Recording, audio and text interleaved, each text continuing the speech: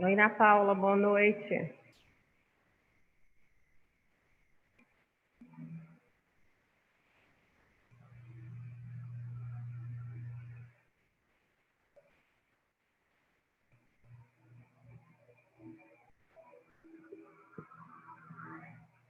Boa noite, Ana Paula. Tá escutando direitinho?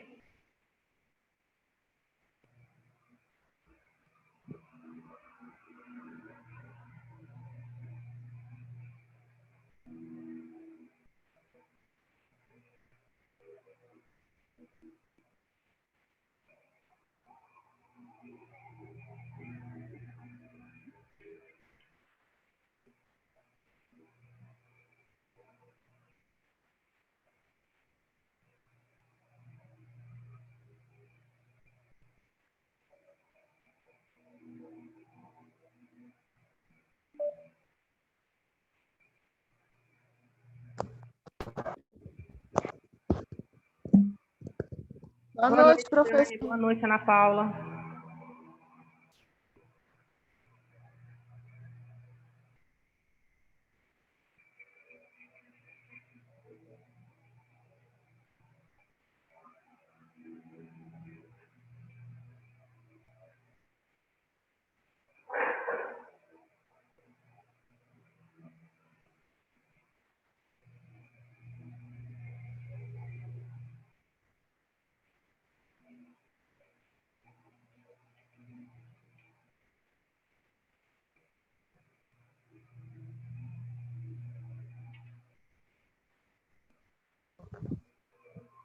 Boa noite.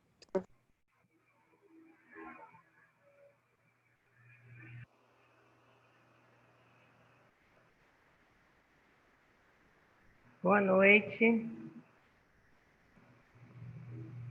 Boa noite, professora. Está me escutando?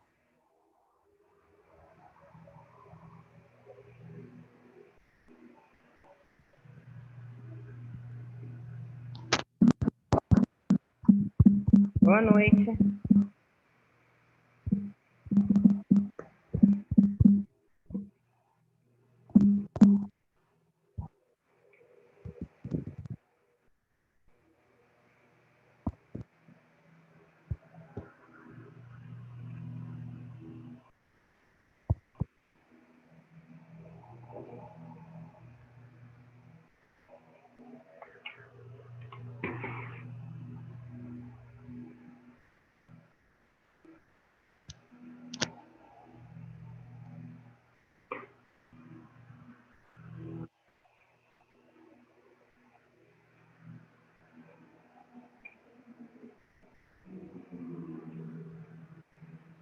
Professora, Agora que eu ouvi. Tá ouvindo, Dani? estava sem retorno, professora. A gente estava falando. É o microzinho aqui. É o fiozinho que tá. Tá ouvindo agora? Sim. Boa noite para a senhora. Boa noite.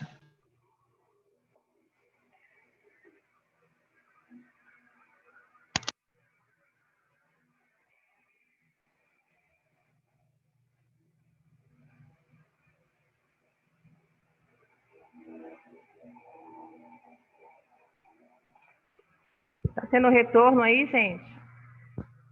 Oi, professor, ok?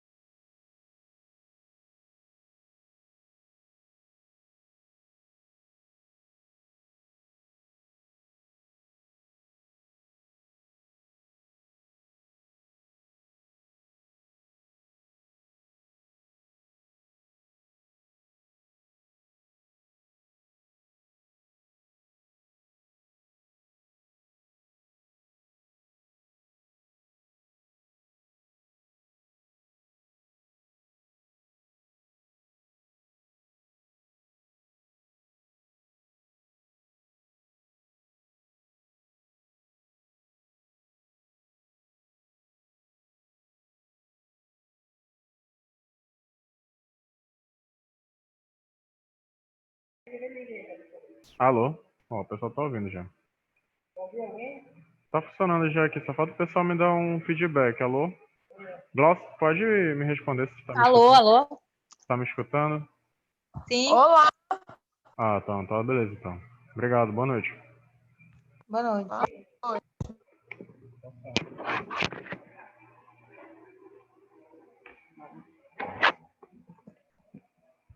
Alô? oi, professor. Tá ouvindo? Glaucia, Normal. tá ouvindo? Normal. Tá, ok. Obrigada.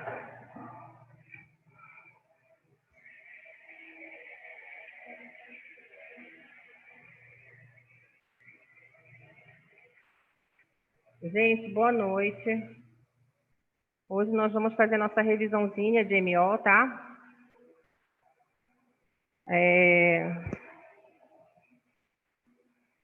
Tá normal o retorno, né?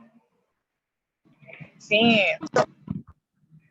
Bom, eu tinha falado com vocês que eu ia ver qual material que a gente iria estar usando.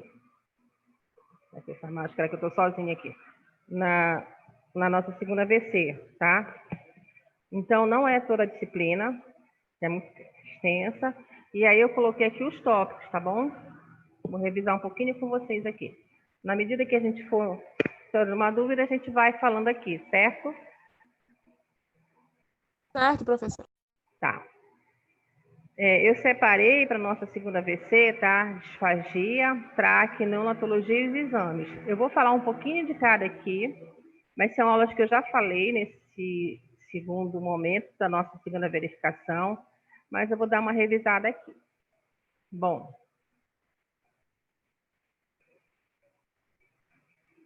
tá compartilhado aí direitinho, né?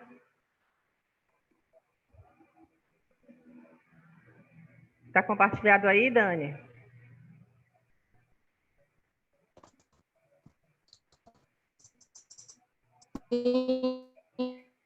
Tá. Então, disfagia é qualquer intercorrência. Ah, sim, professora, tem disfagia escrito. Tá, obrigado. Disfagia é qualquer intercorrência que o indivíduo vai ter na deglutição, tá? No processo da fase oral até a digestão. Tá? Nós temos classificação de disfagia, ela pode ser leve, severa ou moderada. Tá? Temos as disfagias que são disfagias do idoso, que é presbiafagia, tá? A disfagia ela pode ser acometida por diversas causas. Mais uma vez repetindo, como eu falei no dia da nossa aula, a disfagia não é uma doença, ela é um sintoma. Tendo sintoma, ela é sintoma de alguma patologia, tá? Uma patologia médica, né, que tem como sintoma a disfagia, que é o distúrbio de deglutição. Eu posso falar, deglutição atípica é disfagia? Não. Na deglutição atípica, a criança ou, né, o paciente ou o adulto tem uma alteração de mastigação e de deglutição apenas na fase oral. Ou ele faz pressão na arcada dentária, ou ele faz protusão da língua, ou ele faz mastigação inadequada, ou muito pequenos fazem sucção inadequada, ou sucção. Boa noite, gente. Gente, só um minutinho que eu vou trocar o fone, tá bom? Pode, claro.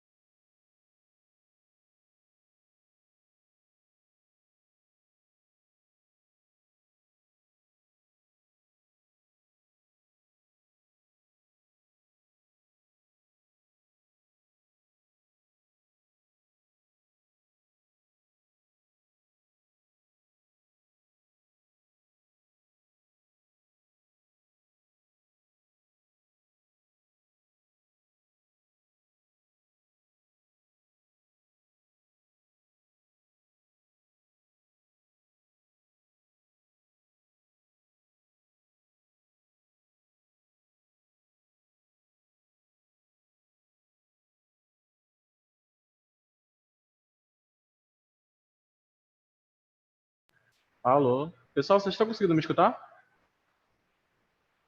Oi, oi, oi, oi. Olá, sim. Tá melhor, Retornou. né? Esse daqui, né? Melhorou. Tá bom, obrigado. Ah, Deixa eu só prender esse bichinho aqui, professor. Depois eu faço uma gambiarra aqui para não quebrar esse adaptador, mas esse aqui ficou bem melhor. Pode falar com ela.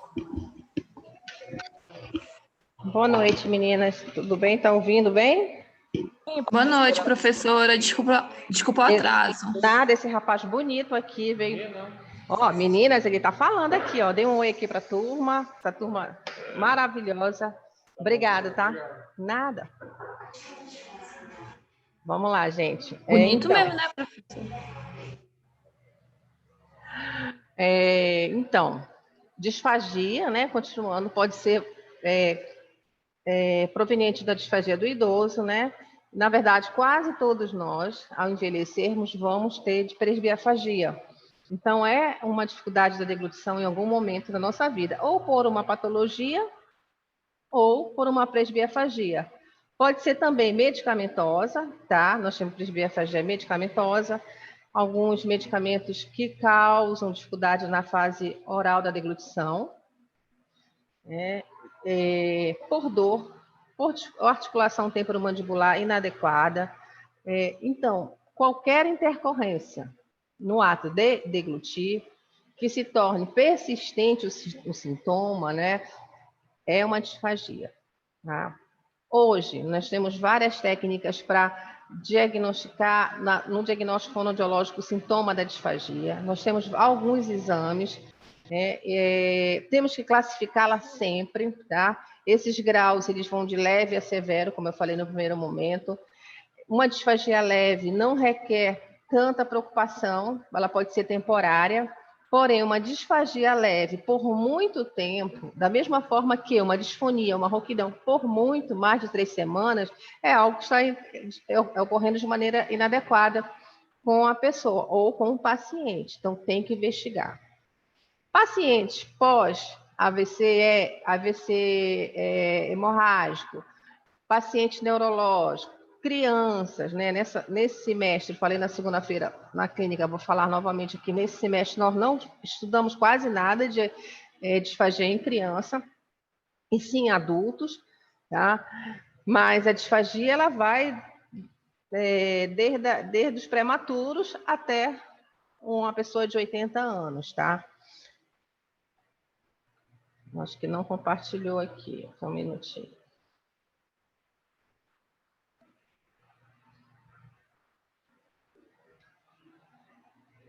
Também nós falamos um pouquinho sobre traqueostomia. Parte dos pacientes que são traqueostomizados são com indicação para fonoterapia. Tá? A traqueostomia, ela é uma via respiratória, é um ósteo, um orifício realizado um estoma na região da traqueia, tá? Bem nessa região aqui, incisãozinha. É uma via puramente respiratória, tá? Essa via, além de ser respiratória, ela é uma via que é realizada, a traqueostomia, né, o traqueostoma, de proteção de via aérea e para melhor funcionamento respiratório. Tá? Quando o paciente relata que está com dispneia, bastante falta de ar, né, que não está conseguindo respirar sem suporte, né, então é realizada uma traqueostomia. É diferente de quando ele está com uma dificuldade de deglutir, com uma disfagia, é realizada a passagem de uma sonda. Sondas para adultos, qual é o tipo de sonda, gente? Já falei aqui. Vamos lá, vem pontinho para a prova. Sonda para adulto, qual é o tipo de sonda? Esqueci, professora. Refresque nossa memória, pelo amor de Bora, Deus. então vamos refrescar, sim, com certeza. E todas as vezes que vocês tiverem dúvida, a gente está aqui para... Professora, para adulto, a sonda, ela não é nasal e para criança é pela boca? Para adulto, é a nasogástrica, naso, e para criança, a oro, tá? Isso, tá, é o que o protocolo determina. Porém, Se tiver alguma alteração maior, né, nesse paciente, ele vai ter outra via alternativa de alimentação, que pode ser uma GTT, tá? Que é uma via de alimentação, que é aqui bem na alça gástrica do paciente. Mas a maioria dos pacientes usam uma nasogástrica, tá? Pela narina e vai até a via digestiva. E a traqueostomia, ela é uma via, né, com uma finalidade respiratória. Pode ser transitória ou pode ser definitiva, depende da patologia médica clínica desse paciente. Paciente com traqueostomia, tá? E com disfagia, com dificuldade de deglutição, ou seja, ele está fazendo uso de uma sonda e de uma traqueia, uma traqueostomia. Se ele tiver com risco de aspiração muito grande, essa traqueostomia, tá? Ela não vai ser metálica, ela vai ser de plástico. Por quê? Acho que eu falei isso nem no início do ano, vou voltar a falar aqui agora, só para a gente rever, tá? Vai ser colocado um balãozinho para insuflar, para proteger a via aérea. Ou seja, para ele não engasgar, tá? Quando nós vamos fazer as manobras de deglutição, ofertar alimento, se ele estiver recebendo alimento por via oral ou pela boca, a gente vai pedir para o fisioterapeuta desinsuflar aquele balãozinho, tá? Desinsuflou o balão, vamos fazer a manobra. Acabou a manobra, tá? Pede para o fisioterapeuta aspirar para não deixar nenhum resíduo de alimento, nada na cavidade oral desse paciente, até que nós tenhamos confiança que ele está deglutindo sem ter engasgos, tá? E só para sempre frisar que traqueostomia também não é só para pacientes com câncer, pacientes de cabeça e pescoço, pacientes de voz, não. Pode ser realizado para qualquer tipo de patologia onde há uma insuficiência respiratória grave e não consiga respirar, tá? Então, a primeira ação imediata que o médico faz é uma traqueostomia. É feita de urgência em ambulatório do hospital? Um exemplo, paciente com tumor de cabeça e pescoço, com tumor, né, já um T3, que é um tumor grande na área da laringe, tá? Tomando toda a prega vocal dele, né, fazendo toda a obstrução aérea. O paciente chega com dificuldade respiratória grande, né, e ainda vai iniciar um tratamento. O que é realizado? Uma traqueostomia, uma melhor ventilação, para ele que fique mais confortável, para ele começar a fazer todos os tratamentos dele. Então, há uma incidência de pessoas, de pacientes que chegam para procurar tratamento, ou é devido também à intercorrência de encaminhamento, tramitar para chegar, né, que eles chegam já dispneico e sem conseguir fazer a alimentação. Aí, o que é feito de imediato? Antes dele passar por todos os procedimentos, uma traqueostomia e passar uma sonda para ele. Por quê? Né? Para que ele ganhe valor nutricional, para que ele tenha melhor fluxo aéreo, para que ele tenha uma condição clínica para receber qualquer tipo de tratamento. E aí, esse paciente, antes de fazer qualquer tipo de tratamento clínico, né, do protocolo que o médico vai utilizar, ele já vai para fono, tá? Muitas vezes ele vai para fono, mesmo sabendo que nós não vamos retirar essa sonda, não está com indicação de retirada de sonda precocemente, e nem realizar a ação de desmame de tráqueo. Ele ainda vai entrar em tratamento, tá?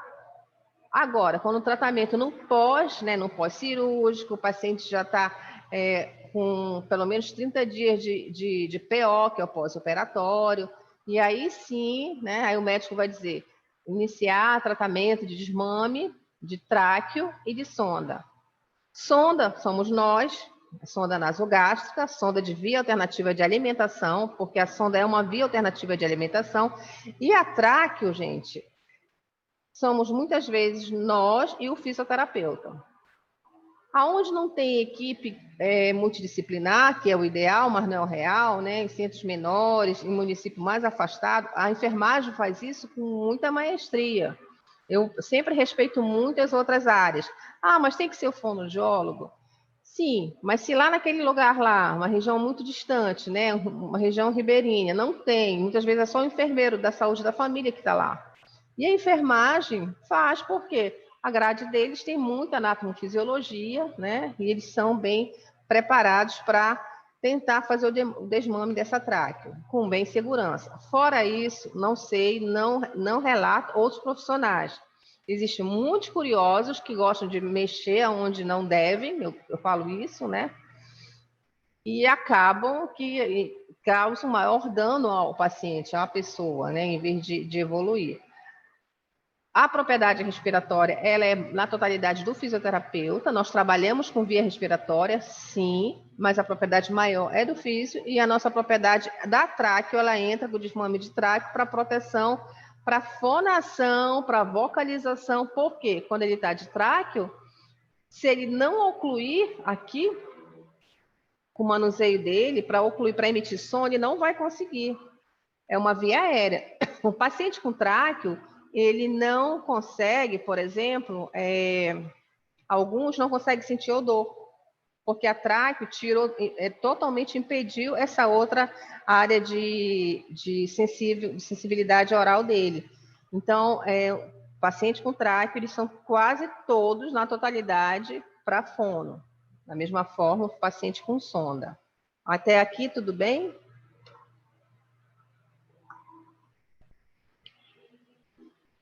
Tudo bem, Ok, gente?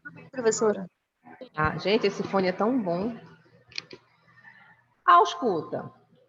A ausculta nós falamos, né, um pouquinho. Ela é realizada com o esteto, né? Ela é realizada para o quê? Ouvir o som da deglutição. Tá? A ausculta da deglutição. Não é a ausculta do coração. Ela é um exame, a ausculta, tá? Considerado um padrão quase que 70% na totalidade, devido à não facilidade de fazer o outro exame, que é a videoflu, e nem a naso da deglutição com o otorrino. Então, a ausculta, o fonoaudiólogo tem propriedade, tá? Utiliza naquele momento para verificar, tá? Para fazer a ausculta, para saber se essa pessoa, usuário, paciente, se esse sujeito, idoso, né, está com uma deglutição adequada. Se tiver algo nessa ausculta que não deixe uma clareza da deglutição desse paciente, alguma coisa está intercorrendo de forma errada, então nós não vamos liberar ele para uma dieta oral. Tá? Liberação de dieta oral, num centro maior, em hospitais, quem realiza é a equipe multidisciplinar, onde o fonoaudiólogo assina e muitas vezes determina a não liberação da dieta para ele, tá? E ainda assim a indicação de sonda. Então, quando a gente percebe que esse paciente não está deglutindo de forma adequada, quando esse paciente já tem uma história clínica de desnutrição, principalmente, que é uma das... A caquexia, aqueles pacientes, por exemplo, hoje a gente estava lá na clínica cedo, logo antes da defesa dos residentes, um paciente chegou totalmente caquético, aquele paciente muito magro, tá? Desnutrido, porque ele não está conseguindo nada por VO, via oral. Foi passada uma sonda? Sim.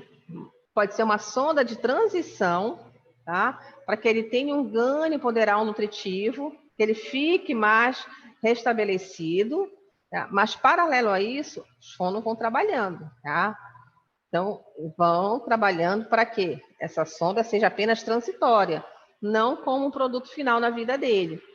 Nós sempre temos que pensar que nós, enquanto terapeuta, nós proporcionamos o que? Melhor qualidade de vida.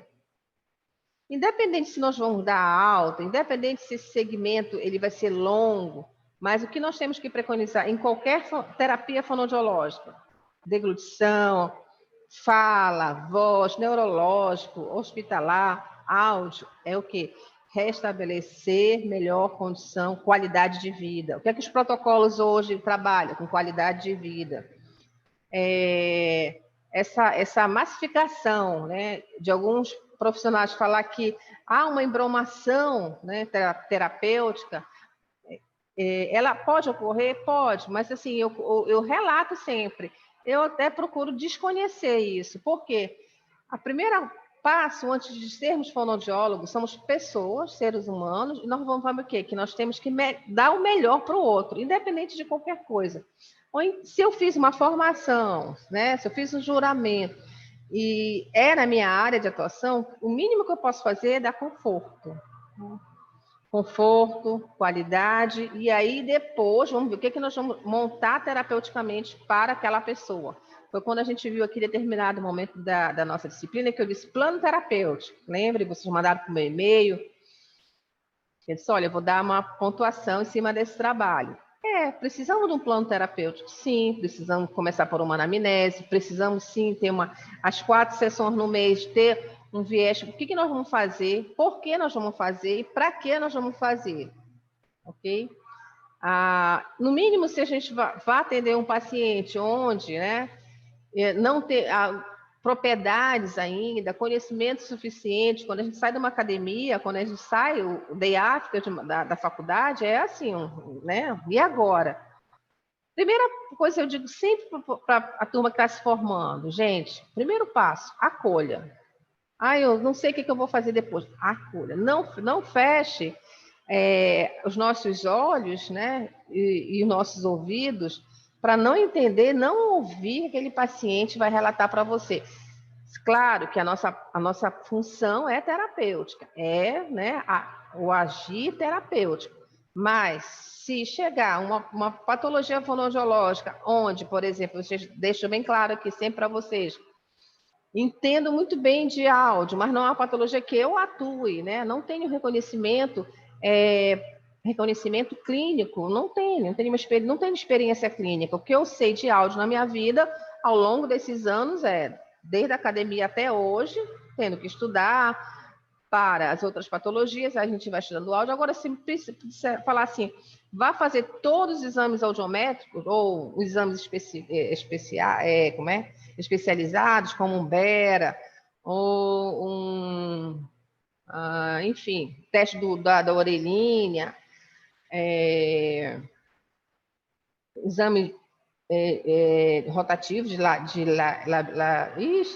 labirintite, precisa de uma fono hoje.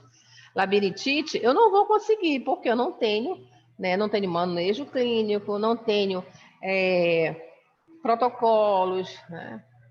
Então, primeiro passo, tá? Antes de qualquer escutar esse paciente e olhar. E a escuta, gente, é exatamente isso. Para quem não foi na clínica, eu vou falar aqui um pouquinho, né, que a gente, através do esteto, né, consegue fazer uma escuta nessa região da laringe, tá, do paciente, e pode ser pelo som, quando pede você diga ao paciente, diga, ai, você ausculta, né? E a deglutição também. Então, a ausculta, ela é um dos avaliadores para a deglutição com muita eficácia. O padrão ouro de tudo isso é a videofluoroscopia, tá? Sendo que ele é um exame que ele precisa de um técnico de raio-x, do médico radiologista, que é o dono do equipamento lá. Nós temos aqui em Belém locais que tem, como no próprio Filoiola, tem todo equipamento, sendo que nós precisamos não só do fono. Sozinho, o fonoaudiólogo não faz videofluoroscopia. Nunca. Poucas vezes vocês vão ouvir da minha boca a palavra nunca ou não. Eu falo com muita propriedade. Nunca. Primeiro que é uma escopia, é um aparelho que não é nosso, um grande equipamento, tá? E as escopias não fazem só o exame da videoflu, é um arco grande que faz vários tipos de exame de imagem, onde se pode fazer a videofluoroscopia. Tem que ter técnica de manuseio daquele grande aparelho, não é na dimensão, por exemplo, do nosso audiômetro, ou na dimensão de um aparelho de elétrico pequenininho, né? É um grande aparelho, né? Onde nós não temos formação em nenhuma das pós-graduação para mexer no aparelho da radiologia. Existem muitas curiosidades por aí, né? A gente acaba ouvindo, mas eu confesso que eu nunca li na literatura, tá? Então, assim, não é uma abordagem que seja nossa. Por isso que há muitas brigas e confusões com outras áreas, porque a falta de respeito a outro.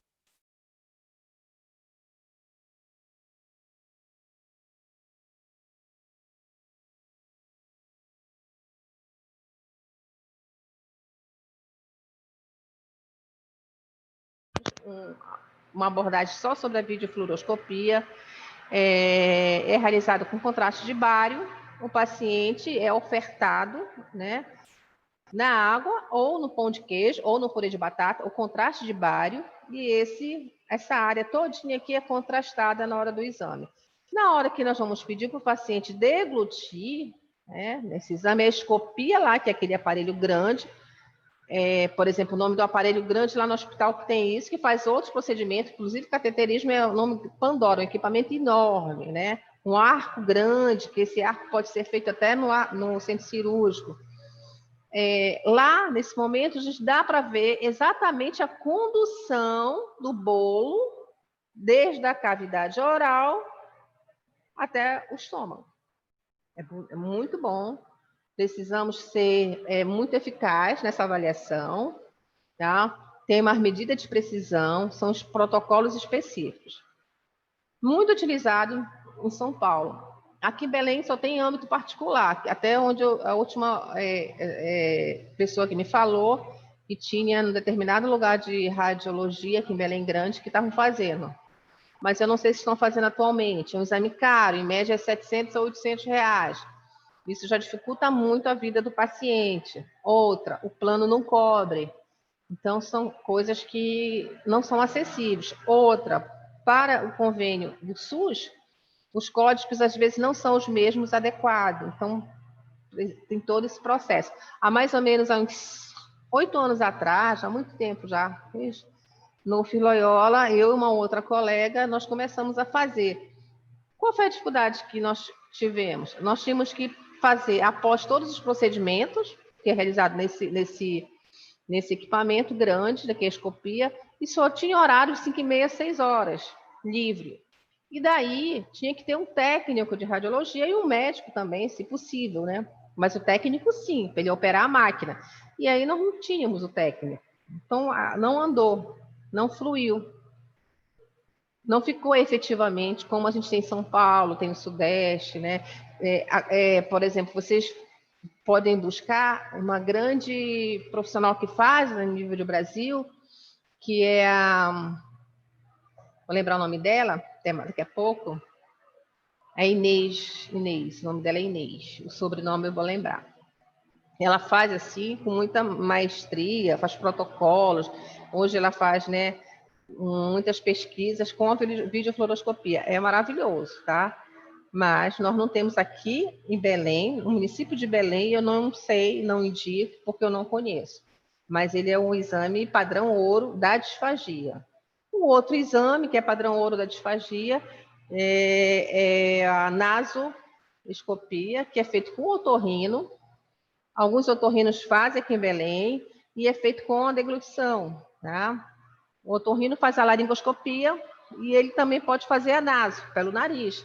Nesse momento, eles ofertam, alguns otorrinos que têm fono próximo, que trabalham com eles, né, vão lá fazer o exame, ofertam principalmente o danoninho, que é o já vem corado, ou algo corado com azul, e com o corado da água também. Aí alguns otorrinos que são bem treinados, aqui em Belém tem, reconheço, são bons, pedem, né, para o paciente deglutir e aparece na imagem do equipamento deles. É caro, né? Não é barato para eles também, não. Porque aquele equipamento da NASA é um equipamento caro, é uma fibra muito sensível, essa fibra é cara. Mas aqui em Belém, alguns otorrinos fazem sim. E dá uma resposta, um apoio terapêutico para a gente também, tá? Então, nós temos a videoflu, a nasoescopia, tá? A ausculta, certo? E temos o Blue Dye. O Blue Dye é feito sempre, tá? Logo quando eu me formei, há 1000 anos atrás, né, na época do dinossauro, se chamava do exame do corante. Era corante, corado, sempre no azul. E aí, depois, né, as fonoaudiólogas começaram a patentear o exame e foi patenteado com o nome de Blue Dye Test, tá? Que é o exame do azul corado. Esse exame é feito de rotina sempre, tá? Então, todos nós temos que ter no nosso kit lá, independente de trabalhar em hospital ou não, né? Na nossa bolsinha lá do kit, um corantezinho, tá? Podemos avaliar a avaliação de Parkinson, tá? Paciente parkinsoniano, paciente com esclerose lateral amiotrófica, paciente com miastenias grave, paciente com pós-AVC, pós-AVCI, AVC hemorrágico, paciente com tumores, né, de cabeça e pescoço, tumores de origem neurológica, paciente com paralisia cerebral, crianças, PCs, pacientes com disfonias, tá? Disfonias e decorrentes das disfonias graves de algumas sequelas neurológicas ou sintomas de tumor, podemos fazer. Então, o Blue Dye teste, ele é sempre realizado pelo fonoaudiólogo, tá? Pode ser realizado num consultório? Pode. Pode ser realizado em home care? Pode, tá? Vou falar aqui, não é matéria da prova, até porque eu nem vou cobrar o que não foi dado, né, na aula, no PowerPoint, mas o oxímetro, ele é utilizado, né, exatamente quando nós estamos fazendo a avaliação, para ver a saturação do paciente, né? Se essa saturação estiver elevando muito, nós não vamos avaliar um paciente saturado. Na hora que nós vamos avaliar um paciente sem nenhuma patologia, sem nenhum, né, um idoso, né? É comum, já quando chega a ser um cardiologista, a pessoa às vezes nem é hipertensa, a pressão arterial aumentar. E o hipertenso, quando vai ao cardiologista, se não tiver cuidado, a pressão arterial aumenta. E a nossa saturação, ela aumenta também por vários motivos, inclusive os emocionais. Na época do Covid, a gente sabe que uma das que foi usado, né? Algumas pessoas, até que nem é da área da saúde, compraram oxímetro para ficar medindo saturação em casa. Precisamos do oxímetro? Sim. Precisamos de um oxímetro para verificar a saturação do nosso paciente no nosso processo da avaliação da terapia? Sim. Se esse paciente passar de uma saturação acima de 100, tá, que é o ideal, ou vai caindo, essa saturação chega em 90, algo está errado. Tá? O padrão da saturação é entre 90 e 100. Se esse paciente está com 80 de saturação, opa, eu vou mexer nele. Outro aspecto que eu quero deixar muito bem claro na cabeça de vocês é que nós não devemos manusear paciente com dor, com desconforto, tá? Dispneico, a não ser que vá proporcionar uma melhora nesse quadro. Pacientes muito graves, né? Nós sabemos que uma área nossa, né, é a de queimados. Vamos trabalhar com paciente queimado? Sim, mas no momento certo. Tá? Paciente com dor, né? Vão melhorar o quê? A gente pode fazer para trabalhar com analgesia, para tirar a dor do paciente. Nós não trabalhamos com medicação. A analgesia pode ser retirada ou com bandagem, ou com eletro, ou com o próprio manuseio das mãos, né? Nos pontos certos. Paciente com ATM, articulação uma disfunção temporomandibular, que sente dor na mandíbula, se ele estiver com muita dor em crise, manda para o buco. Tira ele do ponto grave da dor. Tá? Isso é uma linha terapêutica que eu respeito muito, tá, gente? acho é uma palavra que não existe. Eu tenho certeza que certas condutas nossas, que são terapêuticas, não devem ser atropeladas, né? Pelo fato de que acharmos que não, eu tenho que fazer naquela hora. Não, eu tenho que saber se meu processo terapêutico vai ajudar aquela pessoa, seja em qualquer âmbito, tá bom? Ok, gente, aqui? Ok? Ok, professor. Ok. Tá. Opa. Deixa eu abrir aqui.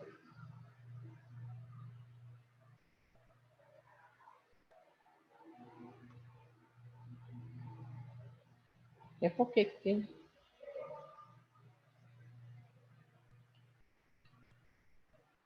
Não quer compartilhar o chat? Tá, o negócio tá bacana, não tá?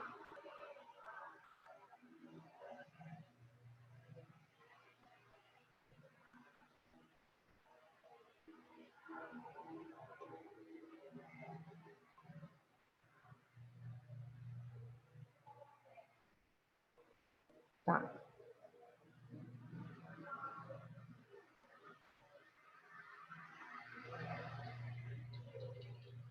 Aqui, gente, neonatologia, tá? Eu falei um pouco de neonatologia ao longo desse nosso semestre, tá? Mas eu falei muito superficial, porque vai chegar a determinado momento que a gente vai ter que falar só de deglutição em bebês, tá? O que eu falei foi muito voltado para os reflexos, né? A posição, a importância da sucção para o aleitamento materno, a importância da afetividade para o aleitamento materno. Falei um pouco da transição do aleitamento materno aos 6 meses, as propriedades nutricionais do aleitamento materno. Falei um pouquinho sobre o cuidado do manuseio dos pais, da questão emocional da mãe, tá? Mas não falei em avaliação de deglutição em bebês, tá bom? Então, é só para ficar fechado nisso, porque em outro momento a gente tem que falar, e bastante, como as 4 aulas, pelo menos, eu estou falando em disfagia, né? Em adultos. Não falei em disfagia em crianças, tá bom, gente? Até deixar ficar gravadinho para a gente nem se perder em relação a isso. Na neonatologia, eu falei uma aula no primeiro semestre, e falei, na verdade, na primeira verificação, eu falei um pouquinho agora, só nos aspectos em âmbito da maternidade. Falei um pouco do Mãe Canguru, hospital referência em amigo da criança, são as maternidades, onde a sucção efetiva é através do leite materno. Se essa criança não faz sucção pela mama, ele não vai para a mamadeira. Amigo da criança, hospital certificado pelo Ministério, ele vai fazer por copinho, né? E na transição dos 6 meses, ele vai sair do copinho ou do aleitamento materno exclusivo para a transição alimentar, tá? Então, ele vai sair desse líquido para o pastoso, do pastoso para a mastigação. Falei também de mastigação. A mastigação tem que ser bilateral, nós temos que mastigar pelo menos 30 vezes de cada lado. A importância da mastigação para a fala, ela está intimamente ligada. Pessoas que mastigam mal na infância provavelmente vão ter problemas de articulação na fase adulta. Há um desgaste ósseo, né, inadequado, pessoas que têm dificuldade de mastigação, que fazem sobrecarga em mandíbula ou em maxila. O sujeito que tem má coordenação, né, de mastigação podem vir ser ocasionado por uma má oclusão, que pode ser classe 2 ou classe 3, ou uma deglutição adaptada, ou uma deglutição atípica. Que mais, gente? Vamos lá. Eu pontuei esses 4 aqui que estão, né? Da disfagia com os exames, tá? Porque eu penso que agora, nessa segunda verificação, a gente tem que estar se colocando mais para esses pontos, tá? Dúvidas aqui, gente? Paulinha, dúvida? Não, professora, eu estou lhe ouvindo. Fique tranquila que se eu tiver dúvida, eu pergunto. Tudo bem, né? A Deise estava aqui, não sei cadê a Deise, não aparece mais. Sidney está aqui, Marcela. Tudo bem, professora? Tá, tudo bem, né? Boa noite, professora. Boa noite. Deixa eu falar com uma coisa com vocês. A nossa prova ela tem que valer na plataforma, são 10 pontos, tá, gente? Nós fizemos um trabalho de MO, vocês lembram? É 1,5 ponto, tá? Então, já sabe que a gente tem 1,5 ponto lá na provinha. Na verdade, eu vou colocar 2 pontos, tá, gente? Mas a prova ela não pode valer menos de 2 pontos. Na plataforma ela vai valendo 10 pontos, tá? A nossa verificação vai ser no dia 7, acho que é isso. Na segunda-feira, né? Depois, a prova começa dia 30 agora. Aí na próxima segunda é de MO, na quarta-feira é de saúde, né? Saúde pública. Basicamente é isso, tá, gente? A gente não vai mais colocar nenhum conteúdo para fechar esse semestre. Dúvidas aqui, gente?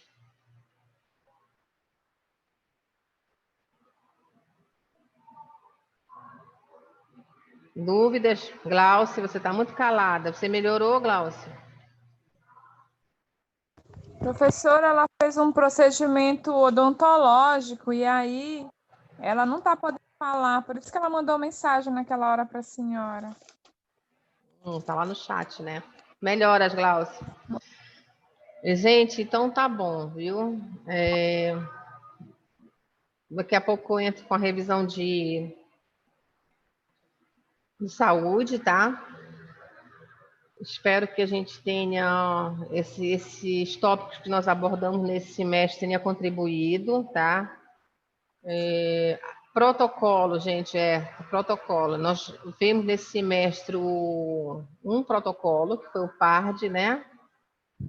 Foi um protocolo de avaliação e disfagia, tá? Protocolo é sempre utilizado, principalmente quando nós vamos fazer trabalho de pesquisa, tá? Mas eles são mais utilizados em âmbito hospitalar. Protocolo não é utilizado em disfagia em consultório, não utilizamos, tá? São utilizados mais em âmbito hospitalar ou, né, em universidades que tenha hospitais, tipo o FRJ, que tem lá dentro tem um hospital que possam fazer uma avaliação de disfagia e o paciente ser atendido lá, tá bom? Ok, gente? E professora, Ok, professora.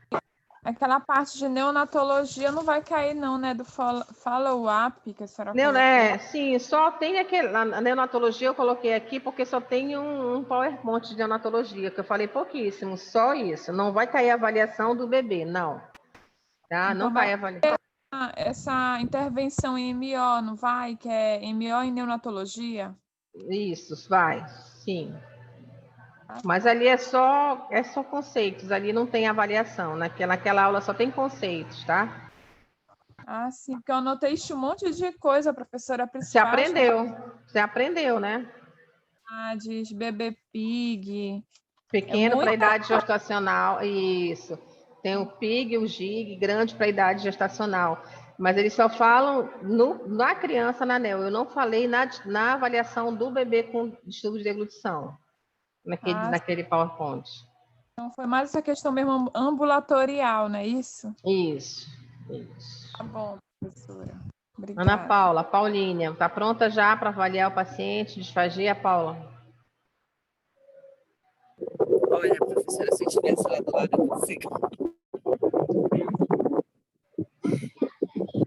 Se vocês vão, no final do curso, vocês vão estar muito craque, gente, com certeza.